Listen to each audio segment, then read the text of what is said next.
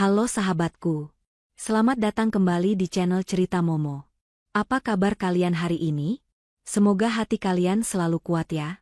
Karena kisah yang akan kita bahas hari ini benar-benar menguras emosi dan air mata. Judulnya, Rumah Tanpa Nyawa. Bayangkan, sahabatku, bagaimana rasanya diusir dari rumah yang kalian bangun dengan keringat sendiri, oleh suami yang sangat kalian cintai, hanya demi membela ibunya yang selalu menghina kalian? Sakit sekali, bukan? Itulah yang dialami oleh Rachel. Nah, sebelum kita masuk ke ceritanya dan melihat bagaimana penyesalan itu datang terlambat, yuk kita absen dulu biar makin akrab. Jangan lupa tekan tombol like video ini dan subscribe bagi yang belum, supaya kalian enggak ketinggalan cerita-cerita seru lainnya dari Momo. Terus, ramaikan kolom komentar di bawah ya. Tulis nama kalian, asal kota, dan ketik kata, hadir. Momo ingin menyapa sahabat semua dari Sabang sampai Merauke. Sudah siap tisunya?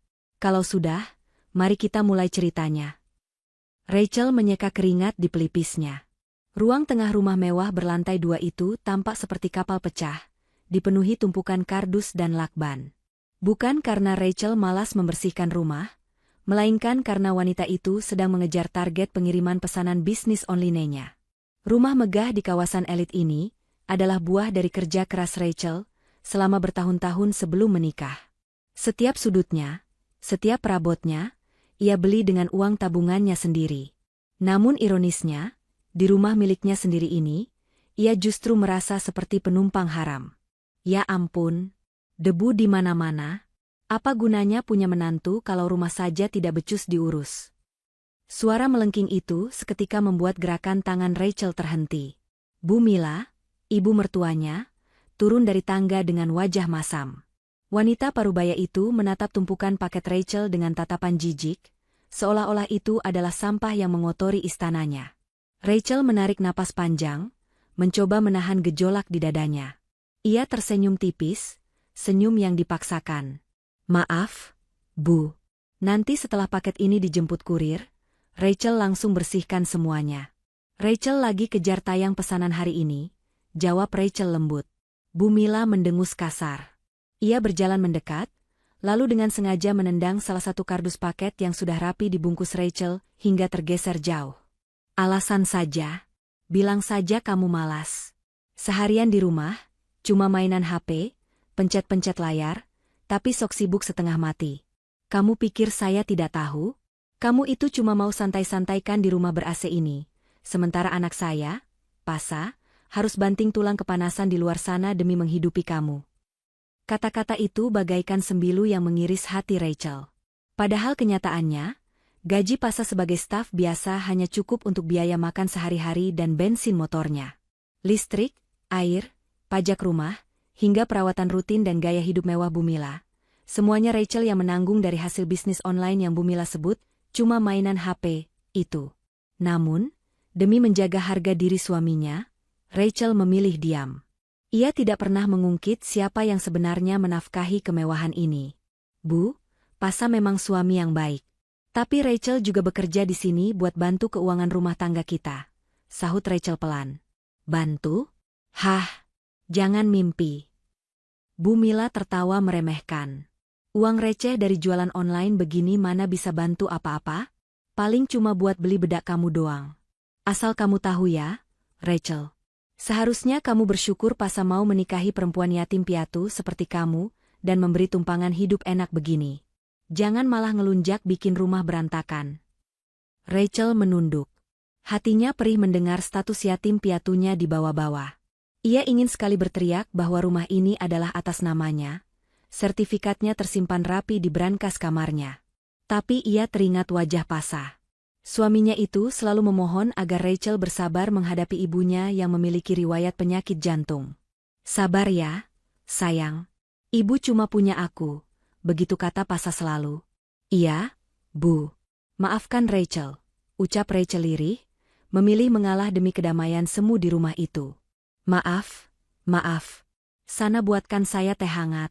Gulanya sedikit saja, jangan sampai saya diabetes gara-gara kamu mau meracuni saya pelan-pelan. Perintah Bu Mila sambil melenggang duduk di sofa empuk yang dibeli Rachel bulan lalu seharga belasan juta rupiah. Rachel beranjak ke dapur dengan langkah berat.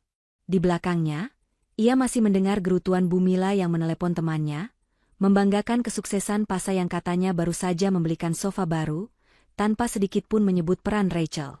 Di rumah megah ini, Rachel ada, tapi keberadaannya seolah ditiadakan. Ia adalah pondasi yang menopang segalanya, namun terus-menerus digerogoti oleh rayap yang ia biarkan hidup di dalamnya. Dan Rachel tidak tahu, sampai kapan pondasi hatinya itu akan kuat menahan beban penghinaan ini. Suasana di rumah itu bukannya membaik setelah Rachel menyuguhkan teh, malah semakin memanas menjelang sore. Rachel baru saja menyelesaikan packing pesanan baju ketika ia teringat ada pesanan khusus catering nasi kotak premium untuk syukuran tetangga kompleks yang harus ia siapkan. Rachel memang wanita serba bisa. Selain berjualan pakaian, ia juga menerima pesanan masakan karena rasanya yang terkenal lezat. Modal untuk bahan-bahan catering itu tidak sedikit, hampir 3 juta rupiah ia gelontorkan pagi tadi untuk membeli daging sapi kualitas terbaik dan bumbu-bumbu segar. Namun, betapa syoknya Rachel saat melangkah ke dapur. Pemandangan di depannya membuat lututnya lemas seketika. Bu Mila sedang berdiri di dekat tempat sampah besar, menumpahkan panci berisi rendang daging yang sudah matang dan siap dikemas. Bau rempah yang harum kini bercampur dengan bau sampah organik. "Ibu, apa yang ibu lakukan?" jerit Rachel tanpa sadar. Ia berlari mendekat, berusaha menyelamatkan sisa daging yang belum tumpah, tapi terlambat. Hampir semuanya sudah masuk ke dalam tong sampah yang kotor. Bu Mila menoleh dengan wajah tanpa dosa, lalu melempar panci kosong itu ke wastafel dengan kasar hingga menimbulkan bunyi berdenting nyaring. "Berisik! Kamu itu mau membunuh saya pelan-pelan ya? Dari tadi masa baunya menyengat sampai ke kamar saya di atas. Dada saya sesak mencium bau bumbu tajam begini." Air mata Rachel menetes. Ia menatap nanar tumpukan daging yang kini sia-sia. "Bu, ini pesanan orang untuk nanti malam. Modalnya besar, Bu. Kalau ibu terganggu baunya, ibu bisa bilang, Rachel bisa nyalakan penyedot asap lebih kencang atau tutup pintu dapur. Tapi kenapa harus dibuang? Rachel harus ganti rugi pakai apa kalau begini?" Suara Rachel bergetar, campuran antara sedih dan marah yang tertahan. Mendengar Rachel berani menjawab dan menyinggung soal uang, mata Bu Mila melotot tajam. Tiba-tiba saja wanita tua itu memegangi dadanya dan mulai berakting histeris. "Ya Tuhan, lihat menantu durhaka ini. Cuma gara-gara makanan sampah begini kamu bentak mertua kamu? Kamu lebih sayang sama daging-daging itu daripada nyawa mertuamu sendiri? Saya ini punya jantung. Rachel, kamu mau saya mati supaya kamu bisa kuasai rumah ini sendirian? Hah?" Bu Mila berteriak sekuat tenaga. Suaranya sengaja ia keraskan agar terdengar sampai ke garasi depan. Tepat saat itu, terdengar suara deru mobil berhenti. Pintu depan terbuka. Pasa pulang. Langkah kaki Pasa terdengar terburu-buru mendekat ke sumber keributan di dapur. "Ada apa ini? Kenapa ibu teriak-teriak?"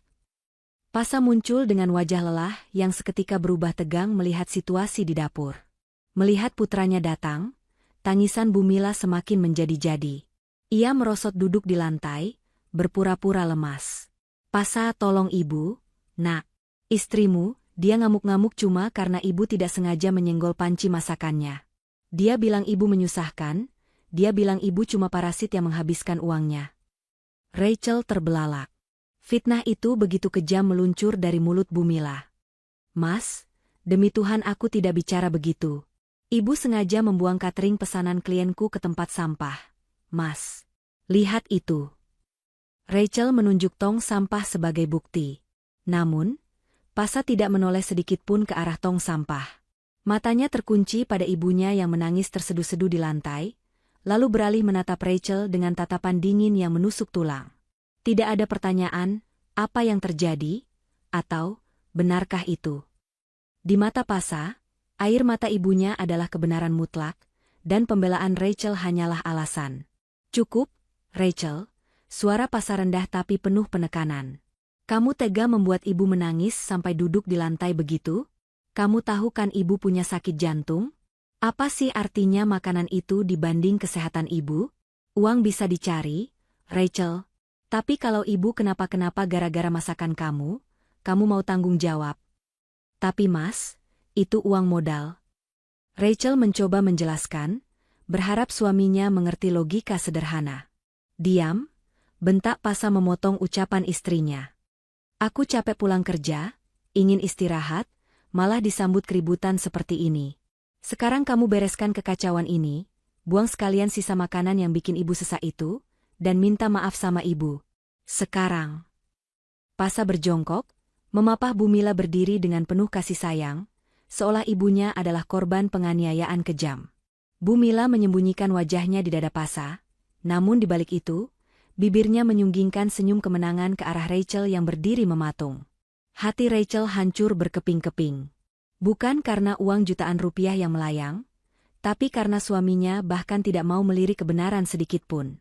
Di dapur yang kini hening itu, Rachel sadar, ia tidak hanya sedang kehilangan uang, tapi ia sedang kehilangan suaminya perlahan-lahan. Ketegangan di rumah itu belum surut meski beberapa hari telah berlalu sejak insiden catering yang terbuang sia-sia. Rachel mencoba bersikap profesional, tetap mengurus rumah dan kebutuhan mertuanya, meskipun hatinya sudah mulai membeku. Pagi ini, Rachel sedang merapikan meja hias di ruang tamu, membersihkan bingkai-bingkai foto pernikahan mereka yang mulai berdebu. Bu Mila duduk di sofa sambil menonton televisi dengan volume keras, kakinya dinaikkan ke atas meja kaca. Matanya melirik sinis ke arah Rachel yang bekerja dalam diam. Sepertinya, diamnya Rachel justru membuat Bu Mila semakin gatal untuk mencari gara-gara. Wanita tua itu tidak suka diabaikan. Ia ingin melihat Rachel menderita, menangis, atau memohon-mohon seperti hari-hari sebelumnya. Percuma kamu lap foto itu setiap hari, celetuk Bu Mila tiba-tiba, matanya tidak beralih dari layar TV tapi mulutnya penuh bisa. Lama-lama Pasa juga bakal sadar kalau dia salah pilih istri. Kamu itu kaku, membosankan, tidak pintar mengambil hati suami. Beda sekali sama mantan pacar Pasa dulu, si Ratna. Dia cantik, kaya, dan punya orang tua yang lengkap serta terpandang. Rachel menghentikan gerakannya sejenak, menarik napas dalam, lalu kembali mengelap bingkai foto. Ia sudah kebal dibanding-bandingkan. Namun, Bu Mila belum puas. Kamu tahu kenapa Pasa sering lembur akhir-akhir ini? Karena dia malas pulang ke rumah. Dia muak melihat muka istri yang selalu cemberut seperti kamu. Dasar wanita pembawa sial. Pantas saja orang tuamu cepat mati dan meninggalkan kamu sendirian di dunia ini. Mungkin mereka malu punya anak tidak berguna seperti kamu, makanya mereka memilih mati cepat-cepat. Prang. Kain lap di tangan Rachel terjatuh, menyenggol vas bunga kecil hingga pecah. Kali ini, batas kesabaran Rachel benar-benar putus. Hinaan terhadap dirinya bisa ia telan, tapi penghinaan terhadap almarhum ayah dan ibunya adalah garis merah yang tidak boleh dilangkahi siapapun. Tubuh Rachel bergetar hebat. Ia membalikkan badan, menatap Bu Mila dengan mata nyalang yang basah. Cukup, Bu. Suara Rachel terdengar tajam dan dingin, berbeda dari nada bicaranya yang biasanya lembut. Bu Mila terlonjak kaget, tidak menyangka akan dibentak balik. Apa? Kamu berani? Saya bilang cukup, potong Rachel tegas, suaranya meninggi. Hina saya sepuas ibu. Bilang saya miskin, pemalas, atau pembawa sial, saya terima. Tapi jangan pernah satu kali pun ibu merendahkan orang tua saya. Mereka orang-orang mulia yang mendidik saya dengan kasih sayang dan kehormatan, sesuatu yang sepertinya tidak ibu miliki. Wajah Bu Mila memerah padam. Ia tidak terima dikuliahi oleh menantunya sendiri. Tiba-tiba, ia melihat bayangan Pasa dari kaca jendela depan yang baru saja memarkir motor. Skenario drama pun dimulai. Bu Mila langsung memegangi dadanya, membelalakan mata, dan mulai meraung-raung seolah sedang disiksa. Aduh, sakit, jantungku. Pasa, tolong ibu. Istrimu mau membunuh ibu. Bu Mila merosot dari sofa, berguling-guling di karpet dengan akting yang meyakinkan. Pintu depan terbuka kasar. Pasa masuk dengan wajah panik mendengar teriakan ibunya. Pemandangan yang ia lihat adalah ibunya yang terkapar memegangi dada dan Rachel yang berdiri tegak menatapnya dengan wajah marah. Tanpa bertanya, tanpa mencerna situasi, amarah Pasa langsung meledak melihat bukti di depan mata. Rachel, apa yang kau lakukan pada ibu? Bentak Pasa. Ia berlari menghampiri ibunya, lalu menoleh ke arah Rachel dengan tatapan penuh kebencian. Dia menghina orang tuaku, Mas, dia bilang orang tuaku mati karena malu punya anak sepertiku. Aku cuma memintanya berhenti. Rachel mencoba membela diri, air matanya tumpah karena frustrasi. Bohong. Dia bentak-bentak ibu, Pasa. Dia bilang ibu orang tua tidak berpendidikan. Dada ibu sakit sekali, nak, rasanya mau mati. Rintih Bu Mila sambil meremas ke meja Pasa. Darah Pasa mendidih. Ia bangkit berdiri, melangkah mendekati Rachel dengan telunjuk teracung tepat di depan wajah istrinya. Napasnya memburu, matanya merah menahan emosi yang sudah diubun-ubun. Aku tidak peduli apa alasanmu. Kau tahu kondisi jantung ibu, tapi kau malah mengajaknya bertengkar? Teriak Pasa menggema di seluruh ruangan. Tapi dia menghina harga diriku. Mas, harga diri orang tuaku. Apa aku harus diam saja? Rachel membalas, suaranya serak. Plah, sebuah tamparan keras mendarat di pipi Rachel. Bukan tamparan fisik, tapi tamparan kata-kata yang jauh lebih menyakitkan dari Pasa yang membuat Rachel terdiam 1000 bahasa. Pasa mencengkeram bahu Rachel, mengguncangnya kasar.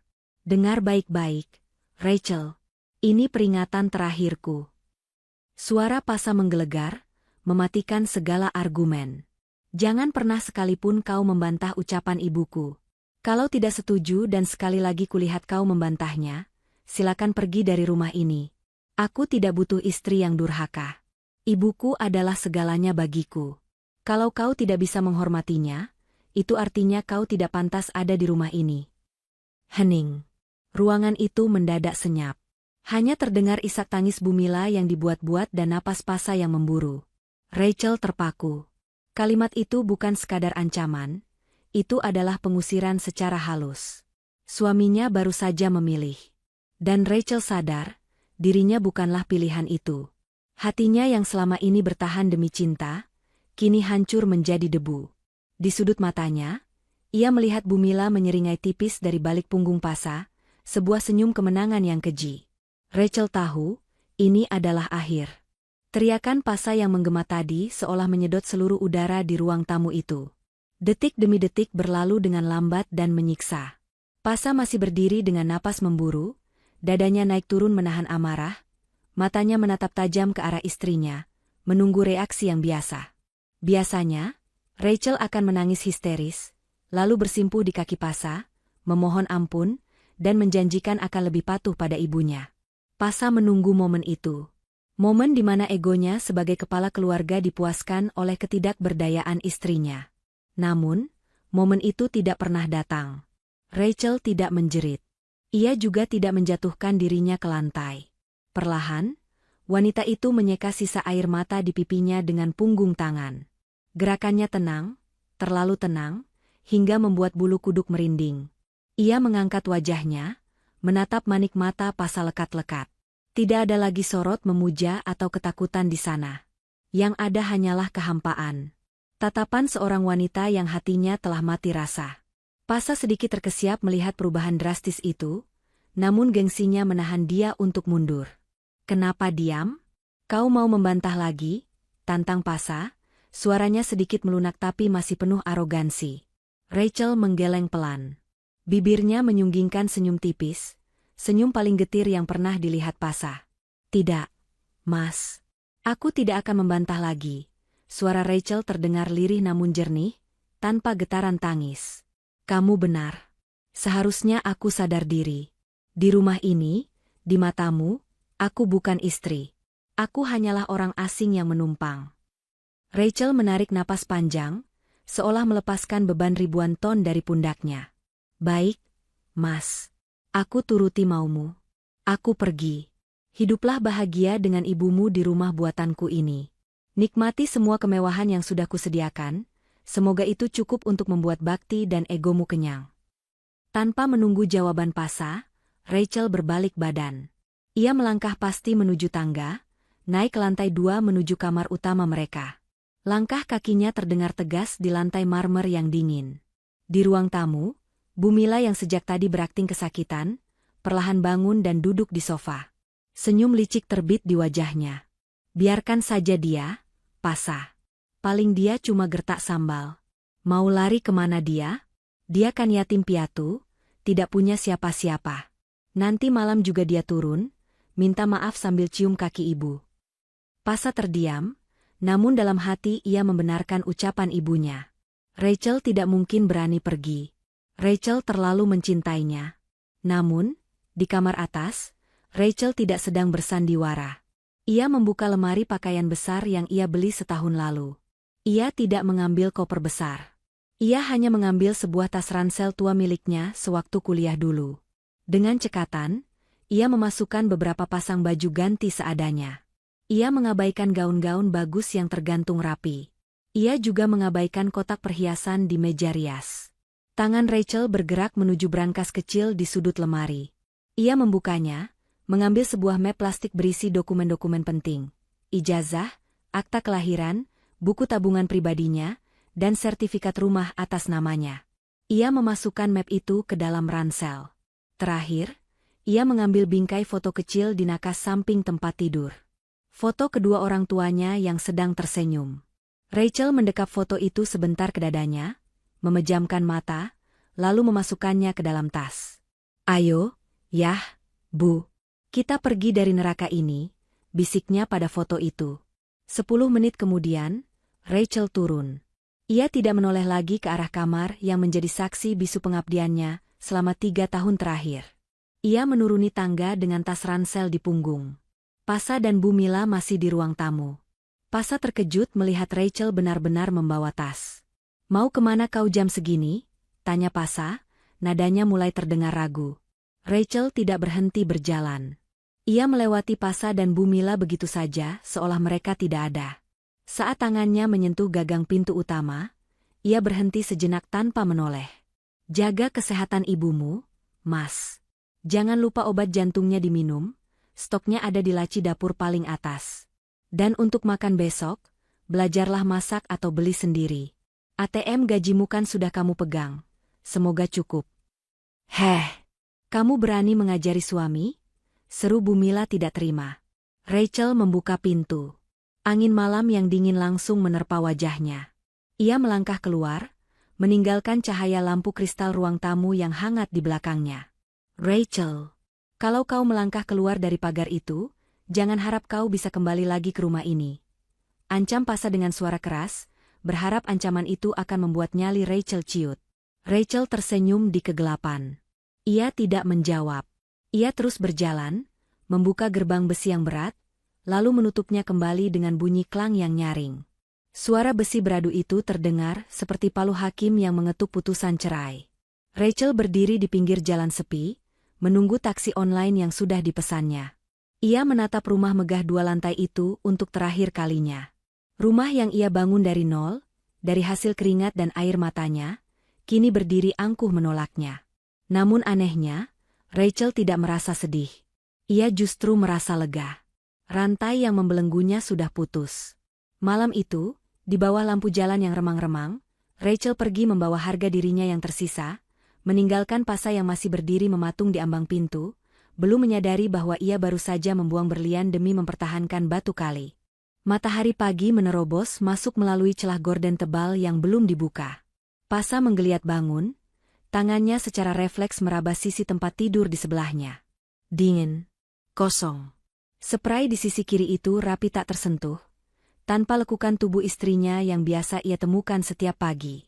Biasanya, di jam segini, aroma nasi goreng mentega atau kopi panas sudah menggelitik hidungnya dari arah dapur. Biasanya, seragam kerjanya sudah tergantung rapi di pintu lemari, licin dan wangi setelah disetrika Rachel. Tapi pagi ini, keheningan di kamar mewah itu terasa asing dan menusuk telinga. Pasa bangkit duduk, mengusap wajahnya kasar. Matanya menyapu sekeliling kamar yang terasa lebih luas namun hampa. "Ah, paling dia cuma ngambek dan menginap di masjid atau hotel murah," gumamnya meremehkan, berusaha menepis rasa ganjil di dadanya. Egonya masih terlalu tinggi untuk mengakui kekosongan itu. Ia membuka lemari pakaian, mencari kemeja biru favoritnya untuk rapat hari ini. Nihil. Kemeja itu tidak ada di gantungannya. Pasa baru teringat, kemeja itu masih menumpuk di keranjang cucian kotor di sudut kamar mandi. Rachel belum sempat mencucinya kemarin karena sibuk dengan pesanan catering yang akhirnya dibuang oleh Bu Mila. Dengan mendengus kesal, Pasa menarik sembarang kemeja lain bermotif kotak-kotak yang agak kusut di bagian lengan. Bodoh amat. Yang penting aku bebas dari drama dia. Kusut sedikit tidak akan membunuhku. Pasa turun ke lantai bawah dengan langkah yang dibuat-buat santai. Di meja makan, ia menemukan pemandangan yang tak biasa. Bu Mila duduk bersandar di kursi makan sambil menyesap teh, yang sepertinya ia buat sendiri dengan air dispenser yang kurang panas, sambil tersenyum lebar. Wajah tuanya tampak cerah berseri, seolah baru saja memenangkan lotre miliaran rupiah, bukannya baru saja membuat menantunya pergi dari rumah. Selamat pagi, anak kebanggaan ibu, sapa Bu Mila riang saat melihat Pasa turun. Suaranya melengking ceria. Duh, rasanya pagi ini udaranya segar sekali ya. Nak, tidak ada aura negatif, tidak ada muka cemberut yang bikin sakit mata. Rumah ini akhirnya terasa damai, terasa seperti milik kita lagi. Pasa menarik kursi, duduk di hadapan ibunya. Ibu sudah sarapan? Tanyanya sambil melirik meja makan yang kosong melompong. Tidak ada tudung saji berisi lauk pauk hangat, tidak ada piring yang tertata rapi lengkap dengan sendok garpu. Belum, Nak. Ibu kan tidak biasa masak pagi-pagi, lagian bahan di kulkas membingungkan, ibu tidak tahu mana yang harus dimasak. Tangan ibu juga masih pegal gara-gara syok kemarin dibentak istrimu itu. Jawab Bu Mila enteng, seolah kelaparan adalah hal sepele. Ia menunjuk ke arah toples kerupuk dan sisa roti tawar yang agak keras di ujung meja. Makan itu dulu saja ya. Nanti kamu beli makan siang yang enak di kantor. Kita harus rayakan kebebasan kita hari ini. Pasa menghela napas panjang, mengambil selembar roti tawar tanpa selai itu dan mengunyahnya dengan hambar. Rasanya seret di tenggorokan, sangat kontras dengan sarapan bubur ayam atau nasi uduk buatan Rachel yang biasanya lembut dan gurih. Namun, melihat senyum ibunya yang merekah, Pasa menelan rasa tidak nyamannya bersama roti kering itu. Kamu hebat semalam, Pasa. Puji Bu Mila lagi, matanya berbinar licik menatap putranya. Laki-laki itu harus begitu. Tegas. Jangan mau diinjak-injak istri. Biar dia tahu rasa. Sekarang pasti dia lagi luntang-lantung di jalanan, nangis darah menyesali kebodohannya. Kamu lihat saja, nanti sore pas kamu pulang kerja, dia pasti sudah nunggu di depan pagar sambil bawa tas, memelas minta masuk. Perempuan sebatang kara seperti dia mau lari kemana sih? Pasa mengangguk, membenarkan ucapan ibunya dalam hati. Rachel adalah yatim piatu. Dia tidak punya kerabat dekat di kota ini. Teman-temannya pun terbatas karena Pasa sering melarang Rachel bergaul terlalu jauh agar fokus mengurus rumah. Logikanya, Rachel tidak akan bertahan lebih dari 24 jam di luar sana tanpa uang darinya. Pasa lupa, atau mungkin tidak pernah peduli untuk tahu, bahwa selama ini kartu debit di dompetnya jarang ia isi karena semua kebutuhan rumah tangga Rachel yang menanggung secara tunai dari bisnisnya. Iya, Bu. Biar dia belajar sopan santun. Kalau dia pulang nanti, Pasa tidak akan langsung bukakan pintu. Biar dia nunggu di luar dulu sampai sadar siapa yang berkuasa di sini. Ucap Pasa angkuh, menepuk dada. Rasa bersalah yang sempat mampir semalam kini tertutup tebal oleh rasa jumawa. Ia merasa menjadi pahlawan yang berhasil melindungi ibunya dari serangan menantu durhaka. Betul itu. Nanti kalau dia balik, ibu mau ajukan syarat. Dia harus cium kaki ibu dulu di depan pintu, baru boleh injak lantai rumah ini lagi, timpal Bu Mila penuh semangat. Ia membayangkan skenario itu dengan nikmat.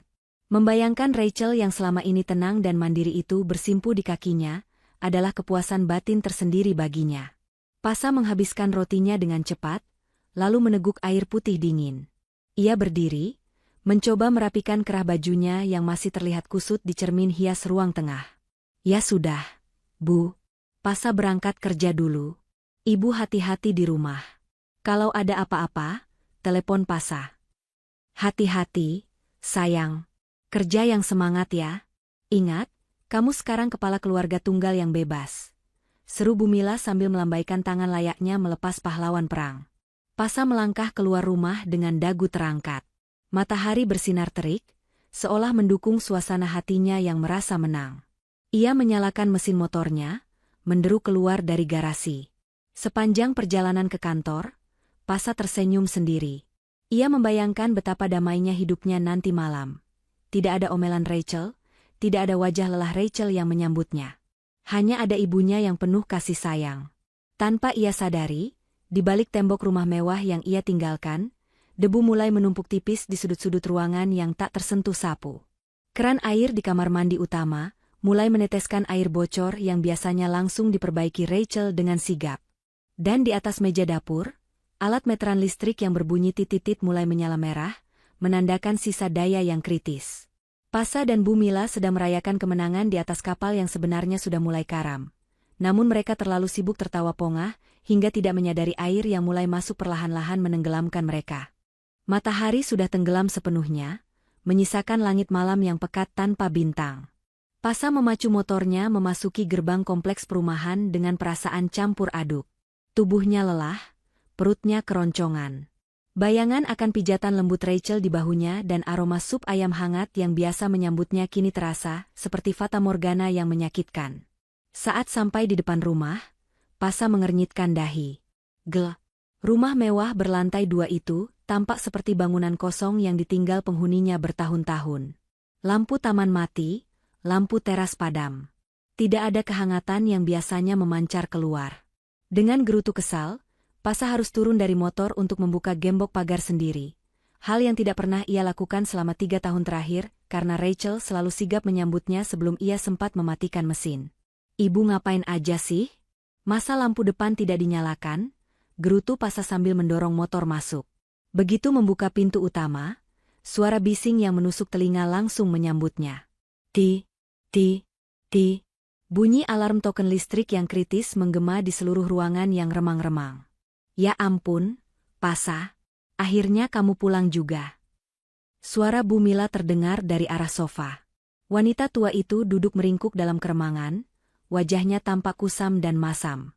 "Cepat matikan suara setan itu. Dari tadi siang bunyinya bikin kepala ibu mau pecah. Ibu tidak bisa tidur siang, tidak bisa nonton TV." Pasa melempar tas kerjanya ke kursi. "Kenapa ibu tidak isi sendiri? Kan tinggal beli di minimarket depan." "Heh, kamu pikir ibu mengerti caranya?" sembur Bu Mila. "Biasanya kan si Rachel yang urus begituan. Mana ibu tahu nomor meternya berapa? Lagian, ibu lapar, Pasa. Seharian ini ibu cuma makan biskuit sisa tamu bulan lalu yang sudah melempem. Mana makanan pesanan ibu?" Pasa menepuk jidatnya. Ia lupa membelikan martabak manis kesukaan ibunya. "Maaf, Bu. Pasa lupa. Pasa capek banget." "Lupa? Kamu mau biarkan ibumu mati kelaparan seperti Rachel mau membunuh ibu kemarin?" Bu Mila mulai mendramatisir lagi. Iya, nanti Pasa pesankan lewat ojek online." Potong Pasa cepat, malas mendengar drama lanjutan. Ia melangkah menuju kamar mandi. Pasa mau mandi dulu biar segar. Namun, kesialan belum berakhir. Saat Pasa memutar keran shower, ia memekik kaget. Air yang keluar sedingin es. Pemanas air mati total. Gasnya habis, dan tentu saja, tidak ada Rachel yang memesan gas baru. Pasa menggigil kedinginan di bawah guyuran air, mengumpat dalam hati. Ia terpaksa mandi ala kadarnya dengan tubuh gemetar, merindukan handuk hangat dan piyama yang biasanya sudah disiapkan Rachel di gantungan. Kini, ia harus keluar kamar mandi dengan basah kuyup mencari handuk sendiri di lemari yang berantakan. Selesai mandi dengan suasana hati yang buruk, Pasa kembali ke ruang tengah. Ia membuka aplikasi pesan antar makanan di ponselnya. Saat hendak memesan sate kambing dan martabak spesial keinginan ibunya, jarinya terhenti di layar konfirmasi pembayaran. Saldo dompet digitalnya, Rp15.000. Ia mengecek saldo rekening utamanya via mobile banking. Angkanya membuatnya menelan ludah, Rp350.000. Gaji bulanannya memang baru akan turun 3 hari lagi, tapi biasanya di tanggal tua begini, ia tetap bisa makan enak karena Rachel yang diam-diam menraktir kebutuhan rumah tangga tanpa Pasa sadari. Rachel tidak pernah meminta uang belanja tambahan saat uang Pasa habis. Sekarang, tanpa Rachel, uang Rp350.000 itu harus cukup untuk makan berdua, bensin, dan token listrik yang terus berteriak minta diisi. "Pasa. Lama sekali sih pesannya," teriak Bu Mila tidak sabar. "Iya, Bu. Ini aplikasinya error." Bohong Pasa. Ia membatalkan pesanan sate dan martabak mahal itu. Gantinya, Ia memesan 2 bungkus nasi goreng biasa dari warung pinggir jalan yang harganya jauh lebih murah. Malam itu, mereka makan dalam diam di bawah penerangan lampu ruang tengah yang redup. Satu-satunya lampu yang menyala karena Pasa hanya membeli token listrik nominal terkecil, Rp20.000, karena ia tidak hafal nomor ID pelanggan dan harus mengais truk bekas di tempat sampah dapur untuk menemukannya. Nasi goreng itu terasa hambar di lidah Pasa, meski sebenarnya rasanya lumayan. Yang membuat hambar adalah atmosfer di sekelilingnya. Rumah itu terasa begitu besar, dingin, dan asing. Tidak ada suara denting piring dicuci di dapur. Tidak ada suara Rachel yang bertanya, "Gimana kantor hari ini, Mas?" Tidak ada aroma pewangi ruangan aroma lavender yang biasa Rachel semprotkan sebelum tidur. "Istrimu itu benar-benar keterlaluan." Bu Mila memecah keheningan sambil mengunyah nasi goreng dengan ogah-ogahan. "Nasi macam apa ini? Keras, berminyak. Dia pasti sengaja pergi biar kita susah. Lihat saja, besok kalau dia pulang, ibu tidak akan kasih ampun." Pasa meletakkan sendoknya. Ia menatap pintu depan yang tertutup rapat. Jam dinding menunjukkan pukul 10 malam. Hujan mulai turun rintik-rintik di luar, menambah kesan suram. Biasanya, jika hujan turun, Rachel akan sibuk mengecek jendela, memastikan tidak ada tampias air yang masuk. Sekarang, Pasa melihat genangan air mulai merembes dari sela-sela kusen jendela yang karetnya sudah longgar, kerusakan kecil yang selama ini tak pernah Pasa tahu karena Rachel selalu membereskannya diam-diam. Hati kecil Pasa mulai berbisik ragu. Apakah dia benar-benar akan pulang? "Sudah malam, Bu. Tidurlah," ucap Pasa datar, beranjak naik ke lantai atas. Malam itu, Pasa tidur meringkuk di balik selimut yang terasa apek. Kasur di sebelahnya kosong dan dingin. Untuk pertama kalinya dalam 3 tahun pernikahannya, Pasa merasakan sepi yang mencekam. Ia mencoba memejamkan mata, meyakinkan dirinya bahwa besok pagi semuanya akan kembali normal. Rachel akan ada di dapur, memasak, dan meminta maaf. Namun, jauh di lubuk hatinya, suara rintik hujan di luar seolah mengejeknya, membisikkan kenyataan pahit bahwa nyawa rumah ini telah pergi, dan yang tersisa hanyalah bangunan beton yang mulai retak perlahan, mengubur penghuninya dalam kesunyian yang menyakitkan. Pagi itu diawali dengan kekacauan yang sempurna. Alarm ponsel Pasa tidak berbunyi, atau mungkin berbunyi tapi ia terlalu lelah untuk mendengarnya. Sinar matahari yang menyengat langsung ke wajahnya, membuatnya tersentak bangun. Jam dinding menunjukkan pukul 7.45. Dia terlambat. Dengan panik, Pasa melompat dari kasur. Ia menyambar ke meja biru muda dari tumpukan cucian bersih yang belum disetrika. Kainnya kusut, kerahnya melintir tak karuan. "Ah, sial, masa bodohlah," umpatnya sambil mematut diri sekilas di cermin. Penampilannya jauh dari kata rapi. Rambutnya berantakan, wajahnya kusam berminyak, dan kemejanya terlihat seperti baru dikunyah sapi. Saat ia turun ke bawah sambil mengenakan sepatu dengan terburu-buru, suara Bu Mila kembali menjadi soundtrack pagi harinya. "Pasa, kamu mau berangkat begitu saja? Ibu lapar." "Pasa, di meja tidak ada apa-apa. Kamu tidak beli bubur ayam? Terus ibu makan apa?" teriak Bu Mila dari ruang tengah, masih dengan daster kemarin yang belum diganti. "Ibu beli sendiri saja di depan kompleks." "Pasa sudah telat, Bu," sahut Pasa kasar, tidak sempat lagi bersikap lembut. Ia menyambar kunci motor dan melesat pergi, meninggalkan ibunya yang mengomel panjang lebar tentang anak tidak berbakti. Jalanan macet parah. Pasa sampai di kantor pukul 8.30 dengan keringat bercucuran membasahi punggung kemeja kusutnya. Ia berjalan cepat melewati lobi, mengabaikan tatapan aneh dari resepsionis dan satpam yang biasanya menyapanya ramah. Ada yang berbeda hari ini. Tatapan mereka bukan tatapan hormat, melainkan tatapan kasihan bercampur cemooh. Baru saja pantatnya menyentuh kursi kerja, telepon di mejanya berdering nyaring. "Pak Pasa," dipanggil Pak Dharma ke ruangannya sekarang juga. Suara sekretaris bos terdengar dingin, tanpa basa-basi. Jantung Pasa berdegup kencang. Ia mencoba menenangkan diri. Mungkin ini soal promosi manajer area yang dijanjikan bulan lalu, pikirnya menghibur diri. Dengan langkah sok tegap, ia merapikan kerah bajunya yang lecek dan berjalan menuju ruangan Pak Dharma. Di dalam ruangan ber-AC dingin itu, Pak Dharma duduk di kursi kebesarannya dengan wajah kaku. Tidak ada senyum ramah seperti biasa. Di hadapannya, tergeletak sebuah amplop coklat tebal. Duduk, Pasa, perintah Pak Dharma datar. Pasa duduk, mencoba tersenyum percaya diri. Ada arahan baru untuk proyek bulan ini, Pak. Pak Dharma menghela napas panjang, menatap Pasa dengan tatapan iba sekaligus kecewa. Ia mendorong amplop coklat itu ke hadapan Pasa. Tidak ada proyek baru untukmu, Pasa. Mulai hari ini, perusahaan memutuskan hubungan kerja denganmu. Ini surat PHKMU, beserta pesangon 1 bulan gaji sesuai peraturan. Dunia Pasa seakan berhenti berputar. Telinganya berdengung. PPHK? Tapi kenapa?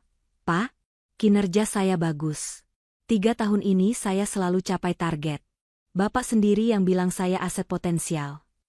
Pasa tergagap, suaranya naik 1 oktav karena syok. Pak Dharma menggeleng pelan, lalu melemparkan sebuah berkas lain ke atas meja. Bukalah. Lihat kenyataannya. Pasa membuka berkas itu dengan tangan gemetar. Matanya membelalak melihat kop surat di dalamnya, CV. Rachel Kreatif Niaga. Itu nama toko online istrinya. Ia membaca isinya dengan napas tertahan. Surat itu berisi pemutusan kontrak kerjasama investasi dan suplai barang. Kamu pikir toko online istrimu itu cuma jualan baju eceran? Suara Pak Dharma memecah kebisuan Pasa. Istrimu, Rachel, adalah supplier terbesar merchandise dan vendor utama untuk event-event perusahaan kita selama 3 tahun ini. Dia juga investor diam yang menyuntikkan dana ke divisimu saat timu gagal mencapai target penjualan tahun lalu. Pasa ternganga. Mulutnya kering. Ia tidak pernah tahu. Rachel tidak pernah cerita. Ia selalu menganggap remeh pekerjaan istrinya, menyebutnya mainan HP. Jabatanmu aman, bonusmu cair, dan gajimu naik. Itu semua karena ada klausul kerjasama dari Rachel. Dia yang menjamin posisimu di sini, Pasa. Dia mensubsidi kekurangan performamu tanpa kamu tahu, demi menjaga harga dirimu sebagai suami. Pak Dharma mencondongkan tubuhnya ke depan, menatap tajam mata Pasa yang mulai berair. Tapi pagi ini, pengacara Rachel datang. Dia menarik semua investasinya. Dia membatalkan semua kontrak. Alasannya karena ketidakcocokan prinsip pribadi dengan salah satu karyawan kunci. Dan tanpa dukungan dana dari perusahaannya, divisimu bangkrut, Pasa. Kami tidak bisa mempertahankan karyawan yang tidak punya performa nyata, dan malah menyebabkan kerugian besar, karena masalah rumah tangga. Ini tidak mungkin. Desis Pasa, lututnya lemas. Pulanglah, Pasa. Bereskan mejamu. Dan satu saran saya sebagai sesama laki-laki, ucap Pak Dharma tajam sambil menunjuk pintu keluar. Kamu baru saja membuang berlian demi memungut batu kerikil. Istrimu itu wanita hebat yang menutupi ketidakmampuanmu selama ini. Sekarang setelah dia pergi, barulah kelihatan aslimu yang sebenarnya. Pasa keluar dari ruangan itu dengan langkah menyeret. Kakinya terasa seperti kapas. Ia berjalan melewati kubikel teman-temannya yang kini terang-terangan berbisik membicarakannya. Ia memasukkan barang-barangnya ke dalam kardus bekas. Foto meja yang menampilkan dirinya dan Bu Mila, foto Rachel sudah lama ia simpan di laci agar tidak diejek, suami takut istri, pulpen, dan name tag yang kini tak lagi berguna. Matahari di luar sedang terik-teriknya saat Pasa berdiri di parkiran motor. Panasnya membakar kulit, tapi Pasa merasa kedinginan. Ia dipecat. Karirnya hancur. Dan yang paling menyakitkan adalah fakta yang baru saja menampar wajahnya. Selama ini dia hanyalah raja boneka yang didudukan di singgasana oleh istrinya sendiri. Istri yang ia usir, istri yang ia hina, ternyata adalah tiang penyangga yang membuat atap langit-langitnya tidak runtuh. Pasa merogoh saku celananya, mengeluarkan ponsel, dan dengan jari gemetar mencoba menghubungi nomor Rachel. Nomor yang Anda tuju sedang sibuk. Cobalah beberapa saat lagi. Ia mencoba mengirim pesan WhatsApp. Checklist 1. Abu-abu. Foto profil Rachel yang tadinya bergambar bunga matahari kini kosong. Pasa diblokir. Aksesnya ditutup rapat. Pasa terduduk lemas di trotoar parkiran, memeluk kardus barang-barangnya. Di tengah deru bising kendaraan kota, ia merasa benar-benar sendiri. Namun, nasib buruk belum selesai mempermainkannya. Ponselnya kembali berdering. Nama, Ibu, muncul di layar. Pasa mengangkatnya dengan lesu, berharap mendapat sedikit penghiburan dari satu-satunya orang yang ia bela mati-matian. Halo, Bu. Pasa. Pulang cepat. Ibu. Ibu sakit. Dada ibu sakit sekali. Teriakan histeris Bu Mila di ujung telepon membuat Pasa melompat berdiri. Kardus di pangkuannya jatuh berantakan ke aspal. Pulpen dan kertas berserakan, sama seperti hidupnya saat ini. Jalanan siang itu terasa seperti lintasan neraka bagi Pasa. Ia memacu motor bebeknya dengan kecepatan gila, menyalip bus dan angkot tanpa memedulikan klakson panjang yang memekakan telinga. Pikirannya kalut. Bayangan surat PHK di tasnya bercampur aduk dengan jeritan kesakitan ibunya di telepon tadi. Tuhan, jangan ambil ibu sekarang. Jangan hukum aku dengan cara seperti ini. Doa Pasa dalam hati, air matanya mulai merembes keluar bercampur keringat dingin. Sampai di depan rumah, Pasa melempar motornya begitu saja di halaman tanpa distandar. Ia berlari mendobrak pintu depan yang tidak terkunci.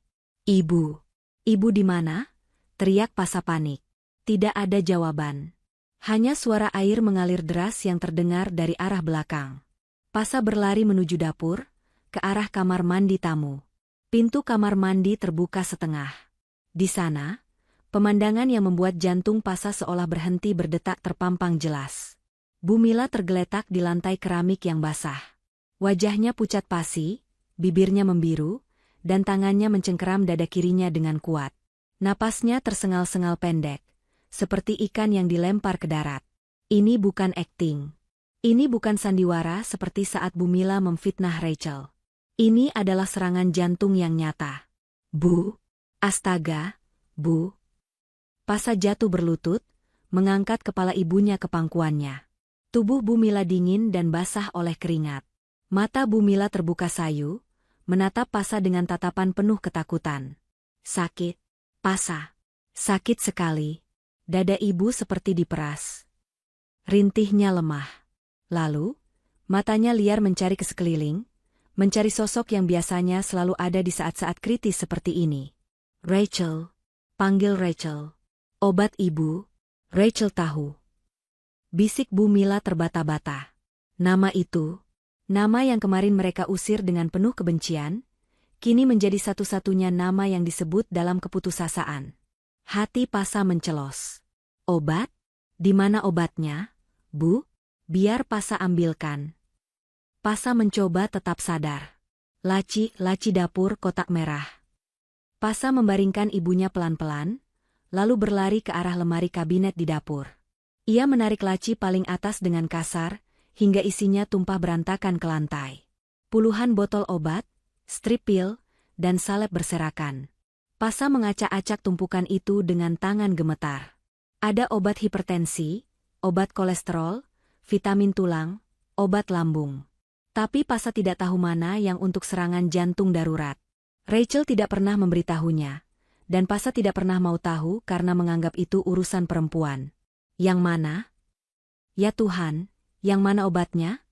Teriak Pasa frustrasi sambil memegang dua botol berbeda. Ia mencoba membaca labelnya, tapi istilah medis yang rumit membuatnya pusing. Isosorbide dinitrate? Clopidogrel? Pasa buta sama sekali. Di tengah kepanikan itu, tangan Pasa menyenggol sebuah buku tebal bersampul kulit sintetis. Buku itu terbuka. Itu adalah buku catatan kesehatan Bu Mila yang ditulis tangan oleh Rachel. Tulisan Rachel yang rapi dan teliti memenuhi setiap halaman. Pasa tertegun sejenak membaca halaman terakhir. Catatan penting, jika ibu serangan, nyeri dada kiri menjalar ke bahu lengan 1. Berikan ISDN 5 mg, pil kecil warna putih di botol tutup hijau, taruh di bawah lidah. Jangan ditelan langsung. 2. Jika 5 menit tidak membaik, bawa segera ke IGD. 3. Berkas BPJS asuransi tambahan ada di map biru, premi bulan ini sudah lunas, Rp2.500.000. Mata Pasa membelalak membaca nominal itu. 2,5 juta per bulan hanya untuk asuransi tambahan ibunya? Belum lagi di halaman sebelahnya tertempel bon pembelian obat rutin yang tidak ditanggung asuransi, totalnya hampir 1 juta seminggu. Selama ini, Pasa hanya memberikan uang bulanan 500.000 kepada ibunya, dan merasa sudah menjadi anak paling berbakti sedunia.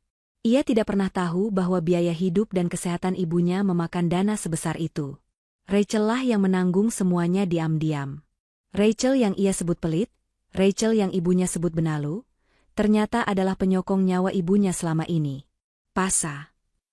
Suara Bu Mila semakin melemah dari kamar mandi. Pasa tersadar dari keterkejutannya. Ia segera mencari botol tutup hijau sesuai catatan Rachel. Ketemu. Isinya tinggal 2 butir. Dengan tangan gemetar, ia berlari kembali ke kamar mandi dan memasukkan pil kecil itu ke bawah lidah ibunya. Tahan ya, Bu. Pasa panggil taksi. Kita ke rumah sakit sekarang, ucap Pasa sambil merogoh ponselnya. Air matanya menetes jatuh ke wajah ibunya. Bu Mila menatap putranya dengan pandangan kabur. Rasa sakit di dadanya sedikit berkurang berkat obat sisa yang dibeli Rachel minggu lalu, tapi rasa takut di matanya tidak hilang. Rachel tidak pulang. Nak, ibu takut. Asuransi ibu, kartunya dibawa Rachel. Pasa menggigit bibirnya hingga berdarah. Ia tidak sanggup menjawab. Ia baru sadar, tanpa Rachel, mereka bukan hanya kehilangan pengurus rumah tangga. Mereka kehilangan otak dan dompet, yang membuat kehidupan mereka berjalan normal. Pasa memeluk ibunya yang rapuh, di tengah rumah mewah yang kini terasa seperti penjara kegelapan, menyadari betapa kerdilnya dirinya sebagai seorang laki-laki. Di tangannya, buku catatan Rachel terasa panas membakar kulit, seolah menjadi hakim yang memvonis kegagalannya. Aroma obat-obatan yang menyengat dan suara roda berangkar yang berdecit di lantai lorong rumah sakit, membuat kepala Pasa semakin pening. Ia berdiri kaku di depan loket administrasi IGD, wajahnya pucat pasi, sama pucatnya dengan kemeja kusut yang ia pakai. Maaf, Pak Pasa, ucap petugas administrasi dengan nada datar namun tegas. Kartu asuransi VIP Ibu Mila sudah tidak aktif. Pemegang polis utama, atas nama Ibu Rachel, telah membatalkan perpanjangan otomatisnya pagi ini dan menarik sisa premi. Jadi, untuk perawatan Ibu Mila hari ini, Bapak harus membayar tunai atau menggunakan jalur umum kelas 3. Pasa mencengkeram pinggiran meja loket. Mbak, tolonglah. Ibu saya kondisinya kritis. Masa harus masuk bangsal kelas 3? Ibu saya tidak biasa di tempat ramai dan panas. Tolong aktifkan lagi VIP-nya, nanti saya bayar. Tidak bisa, Pak. Sistem sudah mengunci. Kalau mau VIP, Bapak harus deposit uang muka 10 juta rupiah sekarang juga. 10 juta. Pasa meraba dompetnya yang tipis. Saldo rekeningnya bahkan tidak sampai setengah juta. Dengan rasa malu yang membakar wajah, Pasa akhirnya mengangguk lemah. Ya sudah, Sus. Kelas 3 saja. Yang penting ibu ditangani. Pasa berjalan gontai menuju bangsal perawatan. Di sana, di ruangan yang disesaki 6 tempat tidur pasien yang hanya disekat tirai kusam, Bu Mila berbaring. Tidak ada AC dingin, tidak ada TV kabel pribadi, dan tidak ada ketenangan. Suara tangisan bayi dari ranjang sebelah dan obrolan keluarga pasien lain memenuhi ruangan. Bu Mila, yang meski sudah sadar dan stabil, terus mengeluh lirih. Pasa panas, bau minyak kayu putihnya bikin mual. Kenapa ibu ditaruh di tempat kumuh ini? Mana kamar VIP ibu yang biasa? Rintih Bu Mila, matanya menatap langit-langit berjamur dengan jijik. Pasa duduk di kursi plastik kecil di samping ranjang ibunya, menunduk dalam. Maaf, Bu. Asuransinya diblokir. Uang Pasa belum ada. Dasar menantu durhaka, maki Bu Mila pelan tapi tajam. Dia pasti sengaja mau siksa ibu. Lihat saja, kalau ibu sembuh, ibu akan. Cukup, Bu. Pasa mendesis, memotong ucapan ibunya. Berhenti menyalahkan Rachel. Kalau bukan karena Rachel, ibu mungkin tidak akan bisa masuk rumah sakit ini selama 3 tahun terakhir dengan fasilitas mewah itu. Pasa yang salah, Bu. Pasa yang tidak mampu. Bu Mila terdiam, kaget mendengar nada putus asa dari anaknya. Belum sempat ia membalas, suara ketukan sepatu hak tinggi terdengar mendekat. Pasa menoleh, secercah harapan muncul di matanya. Rachel. Tapi harapan itu hancur seketika. Yang berdiri di ujung tirai bukan Rachel, melainkan Sinta, sahabat karib Rachel yang juga rekan bisnisnya. Sinta berdiri dengan tangan bersedekap, menatap Pasha dan Bumila dengan tatapan jijik yang tidak ditutup-tutupi. Sinta? Rachel mana? Tolong bilang sama dia, ibu sakit. Kami butuh dia. Pasha berdiri, mencoba meraih lengan Sinta. Plah! Sebuah tamparan keras mendarat mulus di pipi kanan Pasha. Suaranya cukup nyaring hingga membuat beberapa pengunjung di bangsal itu menoleh. Pipi Pasha terasa panas, tapi rasa sakit di hatinya jauh lebih perih. Jangan sebut nama Rachel dengan mulut kotormu itu, Pasha, desis Sinta, matanya berkilat marah. Lo cari Rachel cuma pas lo butuh duit? Pas ibumu sakit? Kemana otak lo pas lo ngusir dia tengah malam kemarin? Pasha memegangi pipinya, lidahnya keluh. Aku hilaf, Sin. Aku baru dipecat. Aku pusing. Basi, potong Sinta kasar. Ia membuka tas mewahnya, mengeluarkan sebuah map tebal berwarna coklat, dan melemparkannya ke dada Pasha. Ambil ini. Rachel menitipkan ini buat lo.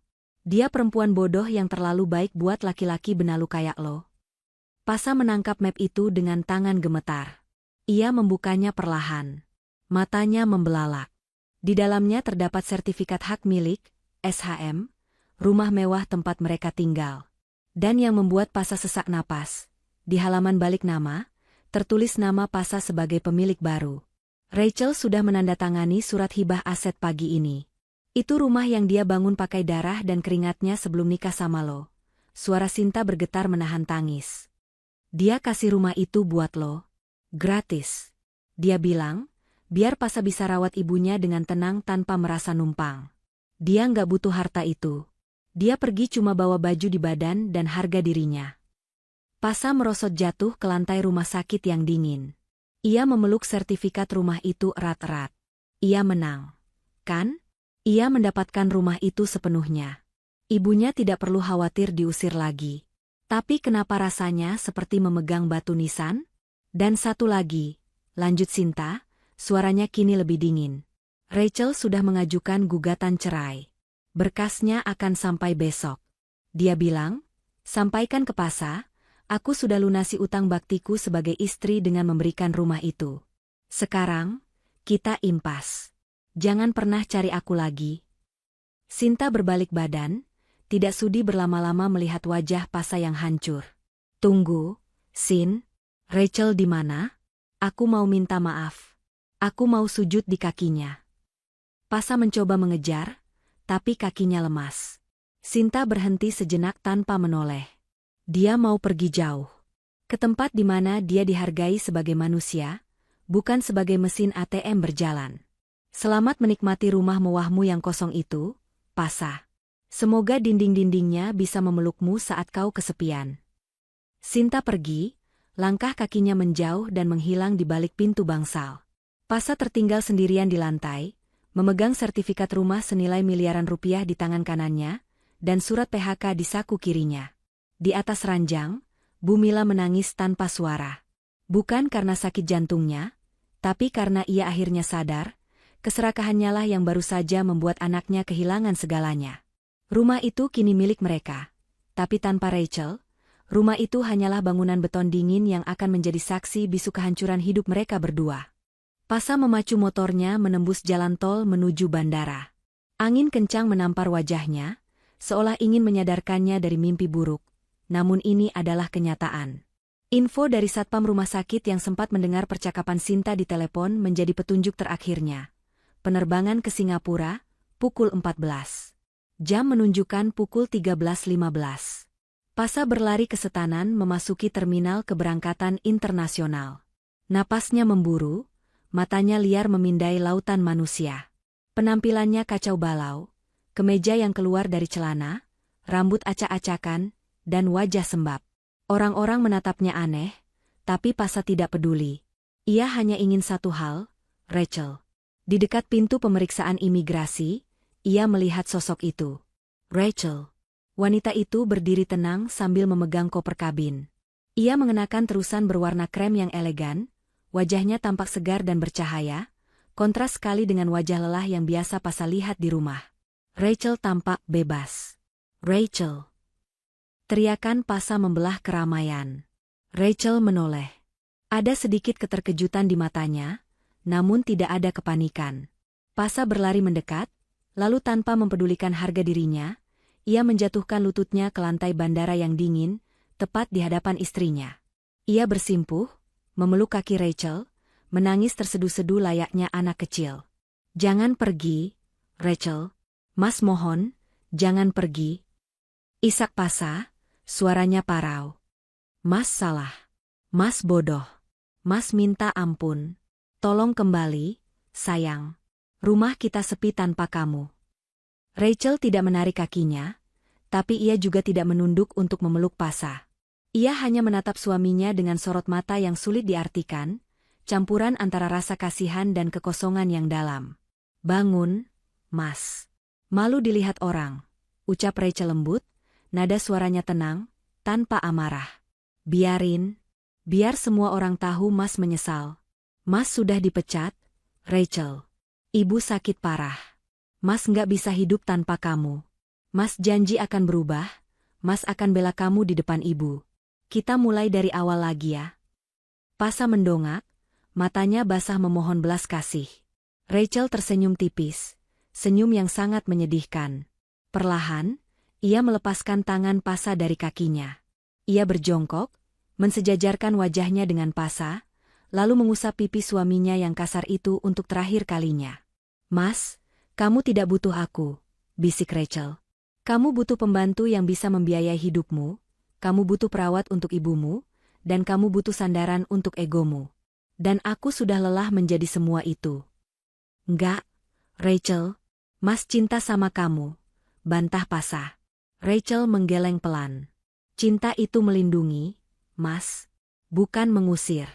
Saat malam itu kamu menyuruhku pergi demi membela ibumu yang jelas-jelas salah. Saat itulah rumah tangga kita selesai. Kamu sudah memilih rumah MU, yaitu ibumu. Dan aku menghargai pilihanmu." Rachel berdiri tegak, menarik pegangan kopernya. "Sertifikat rumah sudah aku berikan. Mobil dan isinya juga ambil saja. Itu hadiah perpisahanku. Hiduplah tenang bersama ibumu di sana. Rawat dia baik-baik, itu ladang pahalamu. Tapi maaf, Mas, surgaku bukan di telapak kakimu lagi." "Rachel, tunggu. Rachel." Pasa mencoba meraih tangan istrinya, tapi Rachel melangkah mundur. "Selamat tinggal, Pasa. Jadilah laki-laki yang lebih baik untuk wanitamu selanjutnya." Tanpa menoleh lagi, Rachel berbalik dan berjalan mantap menuju pintu imigrasi. Punggungnya tegak, langkahnya ringan. Ia tidak membawa dendam, tapi ia juga tidak menyisakan ruang untuk kembali. Ia pergi membawa hatinya yang baru, meninggalkan masa lalu yang kelam di belakang. Pasa meraung, memukul-mukul lantai bandara dengan kepalan tangannya hingga memar. "Rachel, jangan tinggalkan aku." Teriakannya menggema, menyayat hati siapapun yang mendengarnya. Tapi punggung itu terus menjauh, hingga akhirnya hilang di balik pintu kaca otomatis. 1 minggu kemudian, suasana di rumah mewah itu hening mencekam. Hujan deras mengguyur di luar, menciptakan irama sendu yang tak berkesudahan. Pasa duduk di meja makan yang besar, menatap semangkuk mie instan yang uapnya mulai menghilang. Lampu kristal di atasnya mati, hanya satu lampu redup di sudut ruangan yang menyala untuk menghemat listrik. Dari kamar bawah, terdengar suara batu kering, diikuti teriakan yang familiar. "Pasa, ambilkan ibu minum. Airnya habis. Pasa, bantal ibu kurang tinggi. Pasa, kaki ibu sakit, pijat sebentar." Suara Bu Mila. Suara yang dulu selalu dibela Pasa mati-matian. Kini, suara itu terdengar seperti teror yang menghantuinya setiap detik. Pasa tidak beranjak. Ia hanya menatap kosong ke arah dapur yang gelap. Dulu, di sana ada Rachel yang memasak sambil bersenandung. Dulu, rumah ini hangat dan wangi. Sekarang, Pasa memiliki segalanya. Ia punya sertifikat rumah mewah ini. Ia punya ibunya seutuhnya. Tidak ada istri, pembangkang, yang mengganggu. Doanya terkabul. Bukan? Pasa tertawa pelan, tawa yang getir dan hampa. Air mata menetes jatuh ke dalam kuah mie instannya. Ia menyadari satu hal yang paling menyakitkan. Rumah ini masih berdiri kokoh, tapi nyawanya telah pergi bersama wanita yang ia sia-siakan. Ia kini tinggal di dalam sebuah kuburan mewah bernama penyesalan. Pasa, kamu dengar ibu tidak sih? Pasa menutup wajahnya dengan kedua tangan, menangis dalam diam di tengah rumah megah yang terasa begitu dingin dan tak bernyawa. Tama. Pesan moral singkat. Seorang istri adalah rezeki dan nyawa dalam sebuah rumah tangga. Jangan pernah menyia-nyiakan ketulusan pasanganmu demi membela ego atau kesalahan orang lain, karena penyesalan selalu datang terlambat saat berlian, itu sudah hilang dari genggaman. Menghormati orang tua itu wajib, namun bersikap adil kepada istri adalah kewajiban yang tak kalah suci.